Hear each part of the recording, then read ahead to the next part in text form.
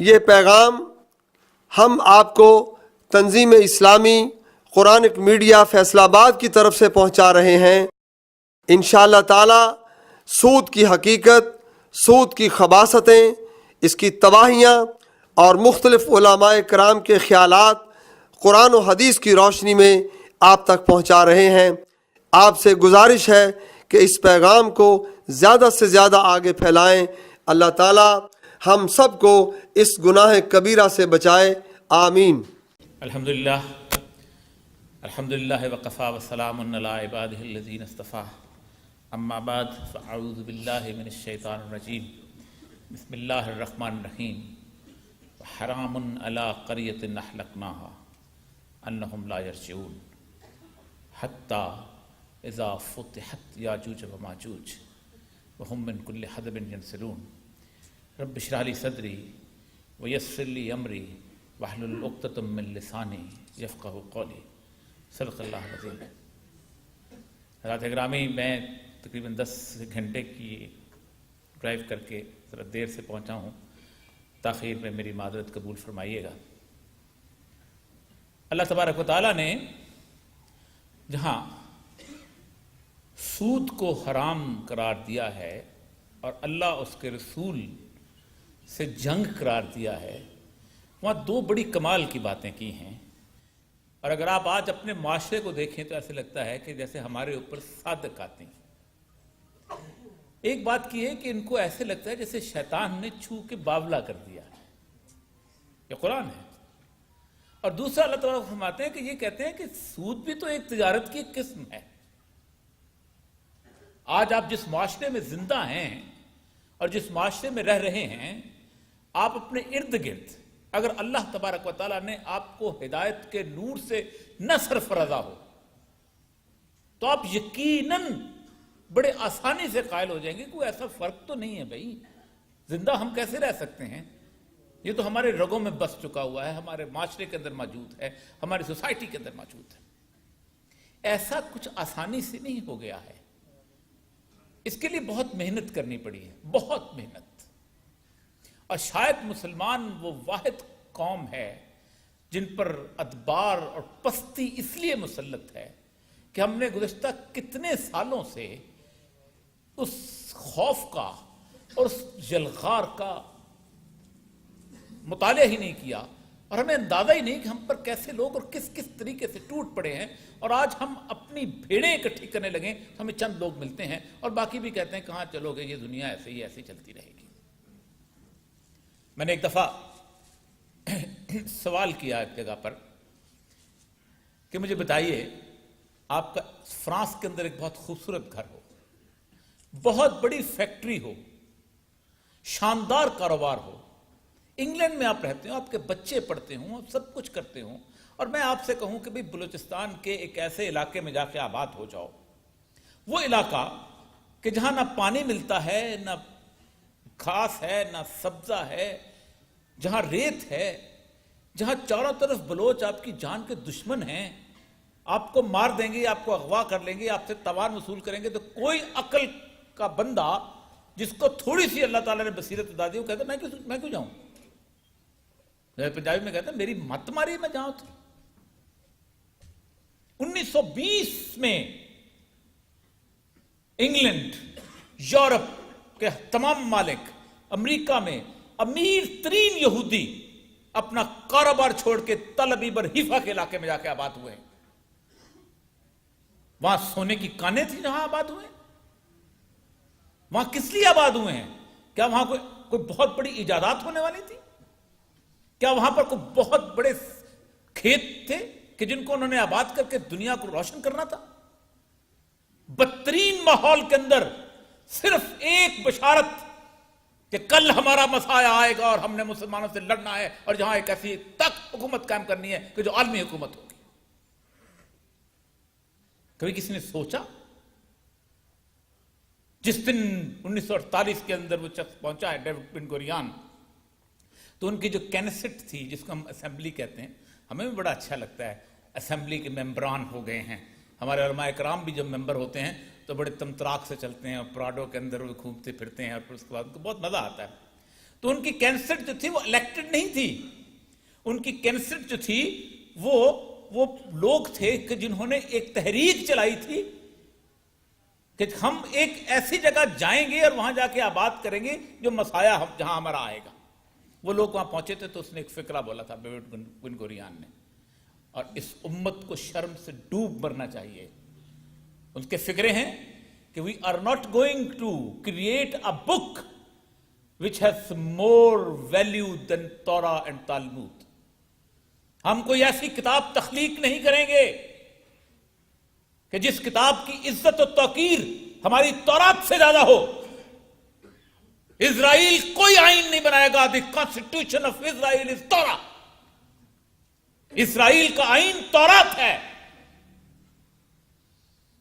کسی شخص نے سوال کیا انگلی اٹھا کے کہ تم آئین کے بغیر زندہ کیسے رہتے ہو؟ کوئی نہیں۔ پاکستان میں آئین کی کیا سزا ہے جو مشرف کو جس کے اوپر چلایا جا رہا ہے؟ کوئی بتائے گا مجھے؟ موت ہے نا؟ کیا قرآن کی سے انحراف کی سزا موت ہے؟ جس وقت یہ سارا سسٹم بن رہا تھا جس کی بنیاد سود ہے کہ صرف ایک کڑی سود کی نکال دی جائے تو یہ پورے کا پورا سسٹم ایسے دھڑام سے آ کے گر جائے گا جس کا تصور نہیں کر سکتے۔ پورا سسٹم سود کے اوپر کھڑا ہے۔ اللہ نے ایسے نہیں کہا تھا کہ پورے کے پورے قرآن میں الحمد سے لے کے والناس تک کسی چیز کے ساتھ جنگ کا اعلان نہیں کیا اللہ نے، نہ زنا سے کیا، نہ چوری سے کیا، نہ شراب سے کیا، نہ جوئے سے کیا، صرف سود کے ساتھ کیا۔ رسول اللہ نے فرمایا 37 دفعہ زنا کر لو، وہ اس سے بہتر ہے کہ تم ایک درم سود کا کھاؤ۔ فرمایا 70 درجے ہیں گناہ کے سود کے، آخری درجہ یہ ہے کہ کوئی شخص اپنی ماں کے ساتھ زنا کرے۔ کیوں کیا تھا؟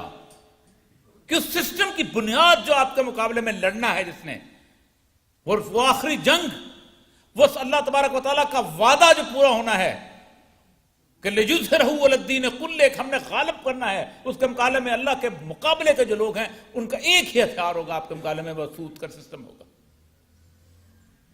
1694 1694 اس سے پہلے ایک شہر تھا لندن، اس لندن کے شہر کا ایک علاقہ تھا گولڈن برگ۔ آج بھی آپ جو لوگ لندن جاتے ہیں اور گولڈن برگ دیکھا ہوگا، آج بھی یہودیوں کی بہت بڑی آبادی وہاں ہے۔ کبھی کبھی مجھے لوگ کہتے ہیں تم یہودیوں کے خلاف اتنا بولتے کیوں؟ میں نے کہا قرآن میں 37% اللہ ان کے خلاف بولا ہے، میں کیوں نہ بولوں بھائی؟ قرآن کو گپ شپ کی کتاب تو نہیں ہے نا۔ 37% کے قریب یہودیوں کے خلاف اللہ بولا ہے خود۔ ضربت لهم الذلة والمسكنة وباءوا بغضب من اللہ، جاؤ تم پہ ذلت و مسکت مسلط کرتے، کونوا قردة خاسئة، جاؤ بن جاؤ بدترین بندر۔ کہاں کہاں کہاں کہاں اللہ نے ان کے ساتھ ایسی ایسی القابات سے یاد نہیں کیا۔ جاؤ ہم تمہیں عبرت کا نشان ہے۔ وَإِنْ عُدْتُمْ عُدْنَا، تم مقابلے پہ آؤ گے تو ہم تمہارے مقابلے میں آئیں گے، ہم تمہارے مقابلے میں آئیں گے۔ پورا سسٹم بنا کیسے ہے؟ 1694 میں وہ کرتے یہ تھے کہ سود کے کاروبار کرتے تھے، اور تحریف بڑی مزے کی تھی کہ آپس میں یہودی جو ہیں وہ سود نہیں لے سکتے لیکن باہر سے لے سکتے ہیں۔ بڑے کمال کی قوم تھی۔ آپ کبھی ان کے قرآن پڑھتے جائیں تو ان کے ہیلے بالکل ویسے ہیں۔ کبھی کبھی میں جب اسلامک بینکنگ کی کتاب پڑھتا ہوں اگر صحیح تو اس میں ہیلا نمبر 1، ہیلا نمبر 2، ہیلا نمبر 3، سارا کچھ ہیلے پہ بنایا ہوا ہے۔ ایگزیکٹلی وہ ہیلے کرتے تھے کہ یہ جناب یہ جو سود اس کے لیے، مثلا جو ہمیں سبت والا جو مشہور ان کا ہے کہ مچھلی کا وہ ایک تالاب علیحدہ کر لیتے تھے، جمعے کی ہفتے کی مچھلی علیحدہ کر لیتے تھے، اور وہ کہتے تھے کہ یہ تو ہم نے پکڑی نہیں، یہ تو پکڑی تو ہم نے اتوار والے دن ہے۔ تو انہوں نے وہ کرتے تھے سود کا کاروبار۔ کرتے ایسے تھے کہ ایک ان کو کوئی بندہ دیتا تھا تولہ سونا، تو اس کے بدلے میں وہ ایک پرومزری نوٹ دیتے تھے کہ اس بندے کا 1 تولہ سونا ہمارے پاس ہے، اور 1 تولہ سونے کے بدلے میں یہ کچھ بھی خرید سکتا ہے، گندم خرید سکتا ہے، جو خرید سکتا ہے، چاول خرید سکتا ہے، سب کچھ۔ اس کے بعد انہوں نے سوچا کہ یہ تو بڑا آسان کام ہے۔ ان کا اچھا ایسا کرتے ہیں تم 1.5 کلو کا 1.5 تولے کا تم پرچی لے لو، دیکھو اتنے پیسے ہمیں دے دیا کرنا اس میں سے۔ یوں انہوں نے اس حد تک اس کاروبار کو پھیلایا کہ جب وار آف روزز ختم ہوئی ہے، 100 سال کی 120 سال کی جنگ ہے انگلینڈ کی اور فرانس کی، تو انگلینڈ کے بہت سارے جہاز تباہ ہو گئے تھے۔ تو اس وقت انگلینڈ کی ملکہ جو تھی الزبتھ دوم، وہ اس وقت مقروض ہو چکی ہوئی تھی، تو وہ اپنے سارے بڑے سٹائل سے اپنے ربائی جو تھے وہ اس کے پاس پہنچے، انہوں نے کہا ملکہ صاحبہ آپ تو مقروض ہیں، جیسے ہمارے ہاں ہندوؤں کے ہم لوگ مقروض ہوتے تھے، دوسرے ہوتے تھے، وہ آ جاتا تھا ان کا کرکی کرنے والا نالش لے کے، تو کیا کریں؟ ان کا ہم کچھ نہیں لیتے، ہمیں ایک بینک آف انگلینڈ کا چارٹر دے دیں۔ انہوں نے کہا ٹھیک ہے آپ بینک کھولیں۔ اگلا صفحہ جو دستخط کروایا ہے، اور جس نام کو آپ بڑے جو فزکس پڑھے ہوئے لوگ ہیں وہ بڑے کمال کے لوگ اس کی عزت کرتے ہیں، اس کا نام تھا سر آئزک نیوٹن، یہ ایک فزکس تھا، اس کو آپ ٹریجری کا انچارج بنا دیں اور ہمیں ایک اجازت دے دیں کہ ہم پرومزری نوٹ جو جاری کریں، جو کاغذ کی کرنسی ہم جاری کریں، جو کاغذ کا ایک ٹکڑا ہم جاری کریں، اس ٹکڑے کی عزت ہو، اس کو اسٹیٹ ویلیو دے دے، اس کو ریاست ویلیو دے دے۔ اس ایک ٹکڑے کے بدلے میں 1694 سے لے کے 1780 90 بلکہ پورے 1800 تک صرف ایک کام کیا ہے کہ انہوں نے اس کاغذ کے ٹکڑے کے بدلے میں جہاز خریدے اور دولت خریدی اور دنیا جہان کے اوپر اپنی جو ہے مائٹ کو ثابت کرنے کی کوشش کی۔ اس کے بعد 1780 90 کے قریب یہ پھر انہوں نے برطانیہ کو مجبور کیا کہ تم نکلو۔ یہ جو ایسٹ انڈیا کمپنی آتی تھی، یہ اکیلے 4-5 تاجر نہیں آتے تھے، اس کے پیچھے ویسلز ہوتی تھی جو ان کی یہودیوں کی خرید ہوتی، وہ کاروبار تو وہی کرتے تھے، وہ آرمڈ ہوتی تھی جو سمندر کے اندر رہتی تھی، اور پھیلے پورے 1 کروڑ کے قریب لوگ تھے کہ جو دنیا میں نکلے ہیں، اور انہوں نے صرف اور صرف مسلمان علاقوں کا رخ کیا۔ آپ حیران ہوں گے کہ 6 مختلف علاقے تھے جو انہوں نے سلیکٹ کیے۔ انہوں نے نارتھ افریقہ سلیکٹ کیا، انہوں نے مڈل ایسٹ سلیکٹ کیا، انہوں نے فار ایسٹ سلیکٹ کیا، انہوں نے یہاں کا علاقہ سلیکٹ کیا۔ لیکن ایک مزیدار آپ کو بات بتاؤں کہ یہ سلیکٹ کرتے تھے، لیکن جب پادری بھیجنے لگتے تھے تو بیلجیم میں اکٹھا ایک اجلاس ہوتا تھا، اور وہ اکٹھا کے پادری بھیجتے تھے کہ کوئی اور، تاکہ یہاں کوئی اختلاف نہیں، اسپین کو لڑ رہے ہیں، انگلینڈ والے فرانس والے اس سے لڑ رہے ہیں، لیکن یہاں کوئی اختلاف نہیں تھا۔ اس سارے کے سارے سسٹم کی بنیاد پر ایک دن صورتحال یہ ہو گئی کہ پورے کی پوری طاقتوں کی پیسہ جو تھا وہ صرف اور صرف ان کے قبضے میں آ گیا۔ قرآن پاک کی ایک آیت میں نے آپ کے سامنے تلاوت فرمائی تھی، اللہ تعالیٰ نے شرف حاصل دیا مجھے اس کو تلاوت کرنے کا۔ سورہ انبیاء کی آیت ہے، وَحَرَامٌ عَلَىٰ قَرْيَةٍ أَهْلَكْنَاهَا۔ آپ بڑے خوش نصیب لوگ ہیں کہ اللہ تبارک تعالیٰ نے اپنی سنت بدلی ہے اس پوری آیت کی تفسیر کرتے ہوئے، آیت کو بتاتے ہوئے۔ اللہ نے کبھی بھی ٹائم لائن نہیں بتائی۔ وَيَقُولُونَ مَتَىٰ هَٰذَا الْوَعْدُ إِن كُنتُمْ صَادِقِينَ۔ اے نبی کہتے ہیں، جب ان سے کہہ دو کہ یہ جو کب آئے گی گھڑی، اگر تم سچے ہو، قُل ان سے کہہ دو انما العلم عند اللہ، اللہ کے پاس علم ہے، وانما انا نذیر مبین، میں تو صرف کھلا کھلا ڈرانے والا ہوں۔ یہاں اللہ نے بدلی ہے۔ اللہ فرماتے ہیں وحرام علی قریۃ اہلکناہا، ہم نے ایک بستی کو ہلاک کر دیا۔ جب ہلاک کیا ہم نے تو ہم نے حرام قرار دے دیا ان کا وہاں واپس آنا۔ کب آئیں گے؟ کب آئیں گے؟ حتی اذا فتحت یاجوج و ماجوج، اس دن واپس آئیں گے جب یاجوج و ماجوج کو کھول دیں گے۔ وہم من کل حدب ینسلون، اور وہ تمام بلندیوں سے تمہارے اوپر حملہ آور ہوں گے۔ اب بستی یروشلم ہے، اس بستی میں نے آپ کو بتایا 1920 میں یہودی داخل ہوئے ہیں۔ ہر کوئی مانتا ہے کہ قرآن حق اور سچ ہے، تو پھر کہاں ہے یاجوج اور ماجوج؟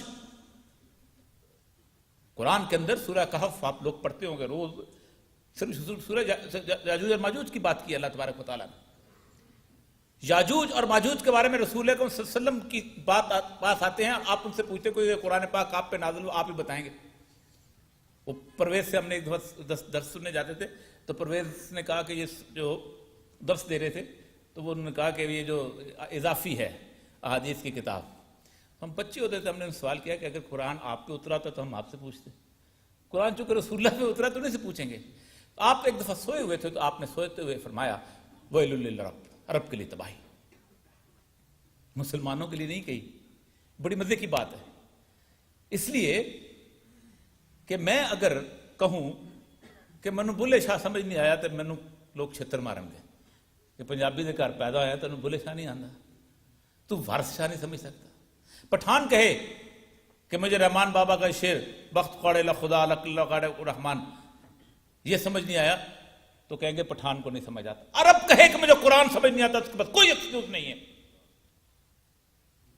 اللہ نے قرآن کا تباہ سب کچھ اس پہ نازل کیا, اس کو بتایا کیا چیز ہے, فصاحت و بلاغت. ہم نے تمہارے لیے عربی میں قرآن اتارا تاکہ آسان ہو جائے تمہارے لیے. وَيْلٌ لِلْعَرَبِ, عرب کے لیے تباہی. پھر فرمایا من شر قد اقترب, ایک ایسا فتنہ جو بہت نزدیک آ گیا, بہت نزدیک آ گیا. آپ کی زوجہ سید زینب بنت جحش موجود تھی. فرمایا یا رسول اللہ کیا ہوا؟ فرمایا یاجوج اور ماجوج نے سوراخ کر لیا اس دیوار میں. پوچھا یاجوج اور ماجوج کون ہیں؟ کہا اللہ نے بنی نوع انسان میں ایک ایسی قوم پیدا کی ہے کہ ایک دن 90 وہ ہو جائیں گے اور تم 10 ہو جاؤ گے. اچھا یہ کریں گے کیا اگر کھل گئے تو؟ کہا اگر انہیں کھلا چھوڑ دیا گیا تو وہ معاش میں فساد پیدا کریں گے. Disturbance in the economic system of the world. کوئی اور ڈیفینیشن نہیں کی رسول اللہ صلی اللہ علیہ وسلم نے. اگر انہیں کھلا چھوڑ دیا گیا تو یہ معاش میں فساد پیدا کریں گے. کہا ہم ان سے جیت جائیں گے؟ کہا نہیں ایسا نہیں ہوگا. ہاں اللہ ان سے جنگ کا اعلان کرے گا. اللہ نے کہاں جنگ کا اعلان کیا ہے؟ سورہ الحمد سے لے کے والناس تک پڑھ لیجیے. 2 تاریخ کے واقعات بیان کے صرف آخری کنکلوژن پہ لے کے آتا ہوں تاکہ آپ کے سامنے وضاحت ہو جائے کہ یہ جو ہم کو کہا جاتا ہے بالکل قرآن نے کہ یہ بھی تو یہ تو ایک قسم کی تجارت ہے, یہ تو سود نہیں ہے, تجارت ہے. جس وقت رسول اللہ صلی اللہ علیہ وسلم بیان کر رہے تھے تو کیسپین میں سیلاب آیا اور وہ جو دیوار ہے وہ ٹوٹی ہے. ذوالقرنین کے سفر ہیں 3. آپ تینوں سفروں کو قرآن نے بڑا واضح کر دیا. کتنی تفصیل سے بتایا, اس کے باوجود بھی ہم نہیں جانتے. ایک مشرق کی طرف, ایک مغرب کی طرف, ایک اوپر گئے اور ایسے لگا جب سورج غروب پر نکل آیا اور غروب ہو گیا پورا سائبیریا کا علاقہ. دوسرا بڑا واقعہ, ایک پوری قوم جو تھی اس نے, خزا قبیلہ جو تھا, اس نے یہودیت قبول کی اور وہ اس وقت بنی اسرائیل جو 1% ہیں اور وہ 99% ہو چکے ہوئے ہیں. ان کا نام ہے اشکنازی جیوز. نیٹ کے لوگ ہو ٹائپ کیجئے گا اشکنازی جیوز, آپ کو پتہ چل جائے گا. ان لوگوں نے 2000 سال نہیں بلکہ 1200-1300 سال یہودیوں کی طرح مارے کھائی ہیں. یہ سارے آئنسٹائن, یہ فرائیڈ ہے, اس کے بعد یہ ہزال ہے, یہ سب اشکنازی جیوز ہیں. یہ ٹسکنی سے نکالے گئے, یہ میلان سے نکالے گئے, یہ ایزابیلا فرڈینڈ نے ان کو مار مار کے کتا کر دیا. ان کو علیحدہ لباس پہنایا جاتا ہے, بدبودار گھروں میں رکھا جاتا ہے. ان کو 300-400 سال تک انسانوں والے نام نہیں مارے کھائیں. 1896 میں یہ لوگ جو ہیں انہوں نے اکٹھے ہوئے. ہزال ایک بندہ تھا جو کہ ویانا کا رہنے والا تھا, اس کو اکٹھا کر کے انہوں نے کہا کہ اب ہم نے نہیں مار کھانی, جس کو کہتے ہیں پروٹوکول آف دا زائنزم. اس پروٹوکول آف دا زائنزم میں ان کو لکھا ہوا ہے کہ ہم اس دنیا کی معاش کو اپنے ہاتھ میں ایسے لیں گے کہ ہم اس کی گدی مڑوڑ دیں گے اور ہم ایک ایسا بینکنگ سسٹم قائم کریں گے کہ جس بینکنگ سسٹم میں اس دنیا کی نبضیں ہمارے ہاتھ میں ہوں گی. اس کے بعد یہ دونوں آ کے ملے ہیں 1916 میں. Jews of Europe and western Europe کے کرسچن, لا تتخذوا یہود والنصارى اولیاء. جب یہ دونوں اکٹھے ہو جائیں تو پھر دوست مت بنانا ان کو, جب تک لڑتے رہیں ٹھیک ہے. جب یہ دونوں اکٹھے ہو جائیں, کہاں سے اکٹھے, اس سے بیچ سے پیدا کیا ہوئی ہے modern western civilization, modern nation states, modern secular nation states. 1920 کے 4 واقعات بیان کرتا ہوں, اس کے پتہ چل جائے گا کہ سودی نظام نے کیا کیا. اس وقت تک یہ بینکوں سے اتنا پیسہ بنا چکے ہوئے تھے کہ انہوں نے جنگیں لڑی, انہوں نے فنڈ کیا, پوری کی پوری first world war, second world war fund کیا. سب سے پہلے انہوں نے فنڈ کیا تعلیم کے اندر, یونیورسٹیاں بنائیں. آج آپ دیکھیں دنیا پوری میں کون کرتا ہے, ساری کی ساری جتنے بھی قرضے جاتے ہیں, یہ اسکالرشپس آتے ہیں, بینکس دیتے ہیں. یہ اتنی فاؤنڈیشن ہے بینکس کی بنائی ہوئی ہیں. ہارورڈ میں پڑھ لو, آکسفورڈ میں پڑھ لو, فلاں جگہ پڑھ لو. انہوں نے ایک علم پڑھایا ہم ساروں کو جس کو کہتے ہیں سوشیولوجی. ایک علم پڑھایا انہوں نے پولیٹیکل سائنس, ایک علم پڑھایا انہوں نے اینتھروپولوجی, اس کی بنیاد پہ ہمیں بتایا کہ رنگ نسل زبان علاقے کی بنیاد پہ لوگ بنتے ہیں، دین میں مذہب کوئی چیز نہیں. اور دوسرا میں کہا کہ یہ مذہب ہے نا، یہ بہت ظالم چیز ہے. اگر یہ مذہب جو ہے ریاست کے اس میں رہا تو تباہ ہو جاؤ گے، مارے جاؤ گے. اور مذہب کو ٹھڈے دے کے نکال دیا باہر پورے یورپ سے. 1900 میں مکمل طور پہ چلا گیا. روسو آیا، اس کے بعد والٹیئر آیا، یہ ساروں نے نکال دیا. اس کے بعد 2 جنگیں لڑی، first world war, second world war. 15 crore بندہ مار دیا. مذہب نکل گیا ہوا تھا. اس جنگ سے انہوں نے اپنی پھر منوپلی بنائی. اس منوپلی کے بعد 1920 حتی اذا فتحت یاجوج و ماجوج، نمبر 1 پیپر کرنسی کو عام کر دیا گیا. رسول اللہ صلی اللہ علیہ وسلم نے فرمایا کاروبار کرنا ہے تو 6 چیزوں میں کرو، سونے میں کرو، چاندی میں کرو، گندم میں کرو، جو میں کرو، چاول میں کرو اور نمک میں کرو. سونے کا کاروبار 1945 تک رہا ہے. سونے کا سکہ 1945 میں برٹن ووڈ ایگریمنٹ آیا ہے تو پیپر کرنسی ہماری شناخت بن گئی ہے. میری شناخت قائد اعظم کی تصویر ہے. اس کو پیپر کرنسی کو عام کیا بینکنگ سسٹم کے ساتھ، اور بنیاد کیا تھی کہ ہم اس کے ذریعے دنیا کی اکانومی قابو کریں گے. بینک آف انٹرنیشنل سیٹلمنٹ بنایا. Nigeria is an oil rich country, سعودی عرب سے 1.5 گنا زیادہ تیل ہے، اس کی کرنسی ویک ہے. آئس لینڈ میں گھاس نہیں اگتی، اس کی کرنسی مضبوط ہے. میں بھی 50 ارب خریدتا ہوں، وہ بھی 10 ارب ڈالر لیتا ہے، تو بھی 80 ارب ڈالر لیتا ہے. یہ سارے 1 لاکھ ڈالر کے اندر خوبصورت کاغذ اور سیاہی میں چھپ جاتے ہیں، اور خریدتے کیا ہیں؟ اربوں کا تیل. اور اربوں کو ہے تم اگر ادھر ہلے تو تمہاری بادشاہت گئی. اور وہ تیل اس پیٹرو ڈالر کو مضبوط کرتا ہے اور بینکنگ جو ہے سسٹم بلٹ اپ ہوتا ہے. 1920 میں یہ چیز آئی. 1920 نیشن سٹیٹس بنی. اللہ کے رسول صلی اللہ علیہ وسلم فرمایا تھا تمہاری کڑیاں ٹوٹیں گی. پہلی کڑی خلافت کی ٹوٹے گی اور آخری کڑی نماز کی. 1920 خلافت عثمانیہ ٹوٹی. مصر، عراق، شام، فلاں. 1920 میں پاسپورٹ کا ڈیزائن آیا. 1926 میں ویزا ریگولیشنز بنی. 1924 میں ویزا ریگولیشن بنی. 1926 میں بارڈر سیکورٹی فورسز بنی اور پوری دنیا کو ایک چڑیا گھر بنا دیا گیا. افریقہ سے زیادہ بدترین سلوک کسی نے کیا ہے. ایسے سیدھی لائنیں کر کے کاٹی گئیں. 1920 پہلی پورنوگرافک فلم، فوش فلم وجود میں آئی. 1920 پہلا مس ورلڈ کا کمپٹیشن فلوریڈا کے ساحل پر ہوا. آپ حیران ہوں گے کہ 20 سال تک اس عورت کو تماشا بنایا گیا کہ تم اگر پتلی ہوگی تو خوبصورت لگو گی، تم اگر ٹین ہوگی تو خوبصورت لگو گی، 20 لگا تم پرمپش ہوگی تو خوبصورت لگو گی. مجھے شرم آتی ہے کہتے ہوئے کہ پاؤں کے ناخن سے لے کے سر کے بالوں تک عورت کا کوئی مقام ایسا نہیں جس کو بازار میں لا کے کھڑا رکھ دیا گیا ہو. حجاب جو ہے it's not a religious issue. یہ مذہبی ایشو نہیں ہے، یہ اکنامک ایشو ہے. جو عورت حجاب پہنتی ہے وہ $70 بلین کی انڈسٹری کے پاؤں پر کے پیٹ پہ لات مارتی ہے. اس کہتی ہے میں تماشا نہیں بننا چاہتی. بال کرل کرنے والے اور ہیں، بال رنگ کرنے والے اور ہیں، بال شیمپو کرنے والے اور ہیں. کہا یہاں سے تمہارا گوشت زیادہ ہو جائے تو بہتر ہو جائے گا، یہاں سے ہو جائے تو بہتر ہو جائے گا. لا حول ولا قوت الا باللہ العلی العظیم. کارپوریٹ کلچر کو بلڈ کیا گیا، یونیفارمٹی آف کلچر. جو ہیرو انگلینڈ میں ہوگا وہی ہیرو یہی ہوگا. دنیا کا بدترین اور ظالم ترین آدمی تھا سکندر الیگزینڈر، میرا بھی ہیرو ہے. جس شخص نے سب سے پہلے سفارتکاروں کو مارنے کا رواج ڈالا، جس شخص نے پورے کے پورے تھیبس کے بچوں سے لے کے بوڑھوں تک سب کو قتل کیا، جس شخص نے سائرس اعظم کی معبد خانے کو آگ لگائی تاکہ اس میں سے سونا حاصل کرے. کتنے لوگوں کے بچوں کا نام سکندر ہے؟ تمہارے باپ کا مسلمان تھا. بنیادی طور پر یہ ہے کہ اس پورے یونیفارمٹی، میں نے پڑھا ہے نا اس کو، سکندر اعظم. کبھی کسی نے کہا کہ سکندر کتنا ظالم آدمی تھا؟ صرف اتنا اس کو پتا چلا تھا کہ ایتھنس کے لوگوں نے ہال چاکنگ کی ہے، پورے کے پورے تھیبس شہر کو آگ لگا دی تھی اس نے.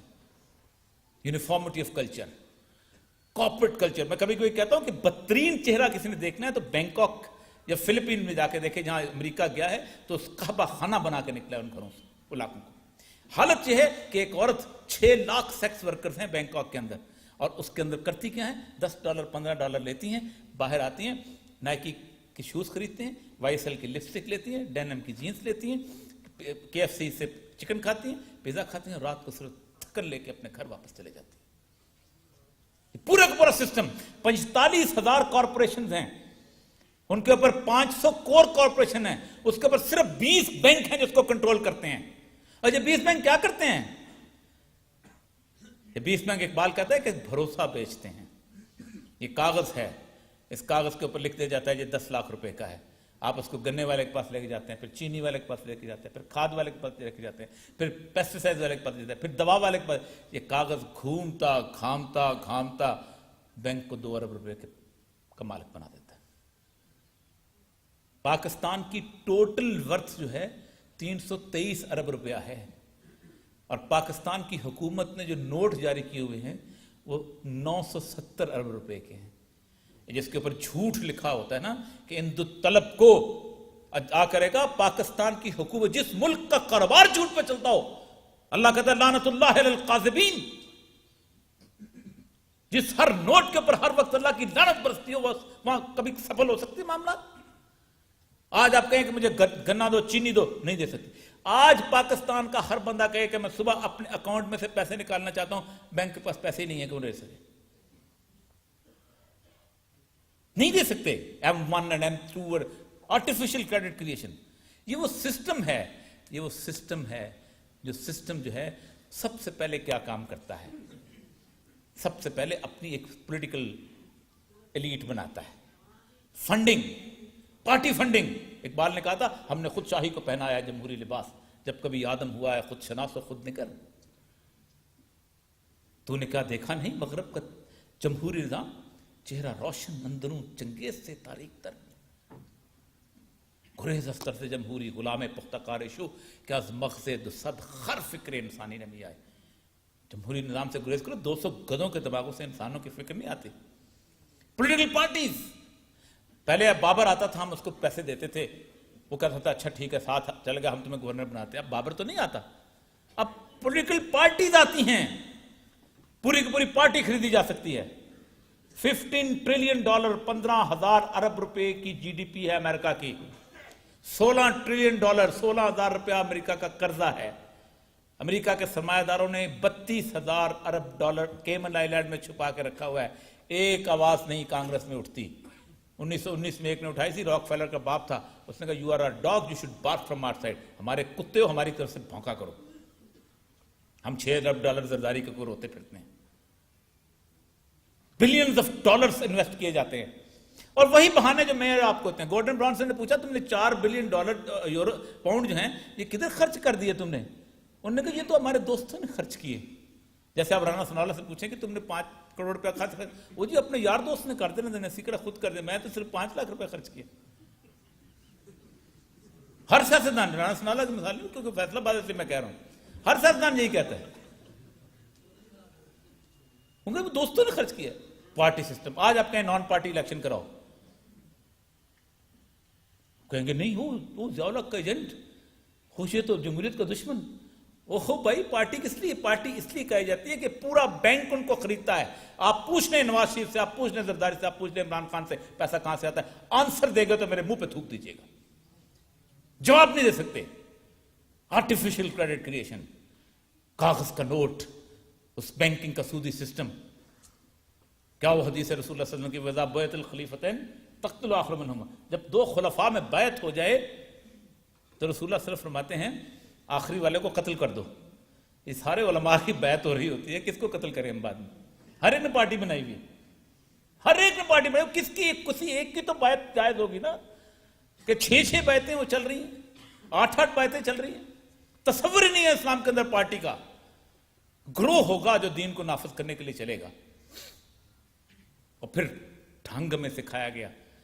آخری بات 2 عرض کروں کہ اس پورے سسٹم کی بنیاد پہ اگر آپ اس بینک کو نکال دیں تو 500 کور کارپوریشن دھڑام سے گر جاتی ہیں. پاکستان میں 1 کروڑ 70 لوگ ہیں, 2 کروڑ 20 لاکھ لوگ ہیں جن کھاتے دار ہیں, 2 crore 20 lakh total. State bank کی فگر نکال لیجیے گا.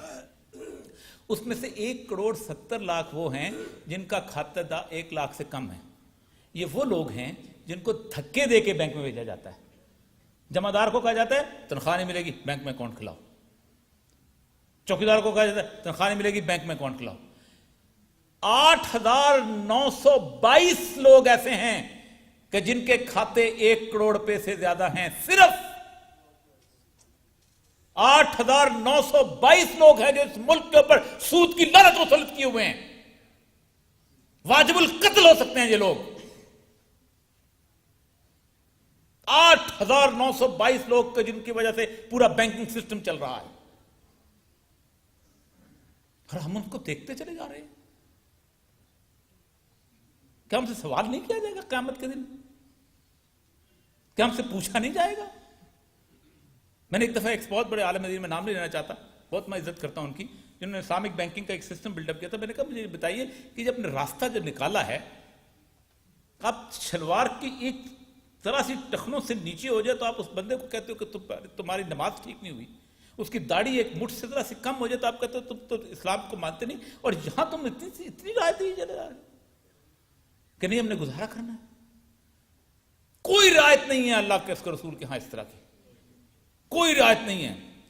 اس طرح کی رعایت نہیں ہے کہ فرمایا میں سب سے پہلے اپنے چچا عباس ابن عبد المطلب کا سود معاف کرتا ہوں. اب چچا نے کھڑے ہو کہا میں اصل زر بھی معاف کر دیتا ہوں، میں اصل زر بھی نہیں لیتا ہوں. جہاں شائبہ مجھے حرام کا آیا. اور آپ کو پتہ ہے کس سطح کا قرض تھا عباس ابن مطلب کا؟ آج کے دور میں تقریباً $2 بلین کے قریب کا قرض تھا جو دیا گیا. آپ کسی سے بولو تم 10 روپے کا قرض معاف کر کے دکھائے. یہ وہ سسٹم ہے جس سسٹم نے میں اندھا اور باولا کر فرمایا. ان لوگوں کو شیطان نے چھو کر باولا کر دیا. ہم لوگوں کو شیطان نے چھو کر باولا کر دیا. ہم سمجھتے ہیں یہ وہی بیع کی شکل ہے، اس لیے کہ اتنا میٹھا بنا کر پیش کیا گیا. جو سورہ کہف کی آیات جو یقین پڑھا کیجئے کہ جو اس کے اندر شروع کی آیات اور آخری آیات میں اللہ نے صرف موازنہ کیا 2 چیزوں کا، اور کہا ہے کہ دنیا کو ہم نے خوبصورت بنایا ہے، اتنا شاندار بنایا ہے، اتنا رجھانے والا بنایا ہے تاکہ ہم تم کو آزمائیں کہ تم نیک عمل کرتے ہو کہ نہیں کرتے ہو. متاع الغرور جو کہا گیا، دھوکے کا سامان، ہم نے ایک دلہن سجا کے تمہارے سامنے رکھی ہے اور اس کے اندر تمام زیبائش رکھی ہے، اور کہا ہے اب دیکھو کہ کس طرف تم جاتے ہو. اللہ کی طرف آتے ہو جیسے دلہن کی طرف جاتے ہو. اور یہی دلہن جو ہے وہ دجل ہے، یہی دلہن جو ہے وہ فریب ہے، یہی دلہن ہے یاجوج اور ماجوج ہے. اس آیت کی تفسیر میں علامہ اقبال نے، مفسرین کی کتابیں اٹھا لیں، کسی کو اللہ نے توفیق نہیں دی کہ اس آیت کی سورہ انبیاء کی تفسیر بیان کرتا. 1920-22 میں اقبال نے کہا تھا کھل گئے یاجوج اور ماجوج کے لشکر تمام، چشم مسلم دیکھ لے تفسیر حرف ینسلون. آج ہن کل حدب ینسلون، ہر بلندی سے ہم پر حملہ آور ہیں. اکنامک سسٹم کہاں سے آتا ہے؟ سیٹلائٹ سے. ڈرونز کہاں سے آتے ہیں؟ سیٹلائٹ سے. فحاشی کہاں سے آتی ہے؟ سیٹلائٹ سے. نیٹ کہاں سے آتا ہے؟ سیٹلائٹ سے. وَهُمْ مِنْ كُلِّ حَدَبٍ يَنْسَلُونَ، وہ تم پر ہر بلندی سے حملہ آور ہوں گے. بدقسمت ہوتی ہیں وہ قومیں کہ جن کا دشمن گھر بار چھوڑ کے ان کے مقابلے میں جنگ میں آ کے کھڑا ہو جائے اور وہ آسائش میں بیٹھی رہیں اور سمجھیں ہمیں کچھ کہا نہیں جائے گا. ویل العرب کی کہانی شروع ہو چکی ہوئی ہے. کہاں کہاں کیا کچھ نہیں ہو رہا، شام میں کیا نہیں ہو رہا، عراق میں کیا نہیں ہو رہا، مصر میں کیا نہیں ہو رہا، یمن میں کیا نہیں ہو رہا. ویل العرب کی کہانی شروع ہو چکی ہوئی ہے. کب ہماری شامت آتی ہے ہمیں اس کے لیے تیار رہنا چاہیے. اس سے پہلے کہ ہماری شامت آئے اللہ ہمیں توفیق دے کہ ہم اس سودی نظام کو ختم کرنے کے لیے کھڑے ہو جائیں. واخر دعوانا الحمدللہ رب العالمین.